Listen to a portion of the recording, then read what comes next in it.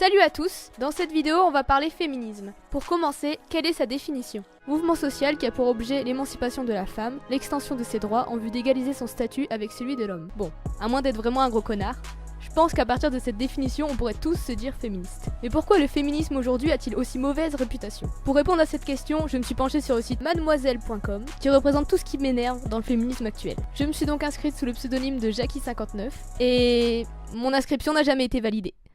Parce que les hommes ne sont pas autorisés sur le forum. Pourquoi le forum est-il réservé aux filles? Est-ce qu'on en parle, Mimi, ou pas? Je pense qu'on peut en parler. Ouais, j'aurais bien besoin d'une explication là. Alors pourquoi il est réservé aux filles? Parce que les hommes et les femmes sont pas élevés et socialisés pareil, et notamment dans la prise de parole. On a d'ailleurs un article à ce sujet. Les hommes sont plus habitués à prendre la parole, ils se sentent plus légitimes pour la prendre sur des sujets qu'ils connaissent pas forcément bien, ce qui est pas un mal en soi, hein. C'est bien de parler même si on n'est pas expert.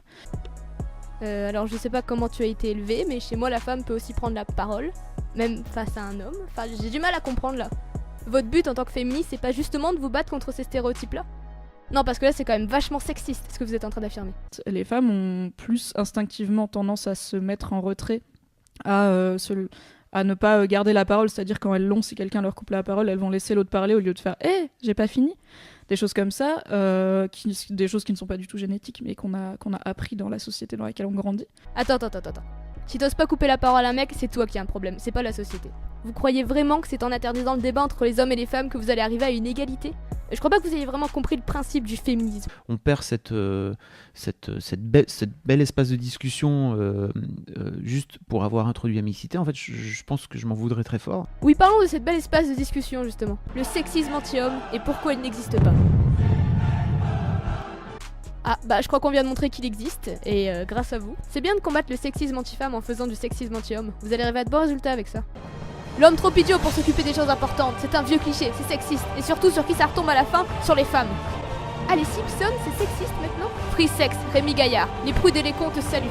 Ah donc même Rémi Gaillard est sexiste. L'humour de bloquer dans nos contradictions. Bloquer aussi? C'est pas les féministes qu'on aime pas, c'est juste les connasses. Non mais les filles, il faut arrêter la paranoïa là, ça devient ridicule. Au lieu de condamner l'humour, vous ne ferez pas mieux de vous battre contre les vrais problèmes comme...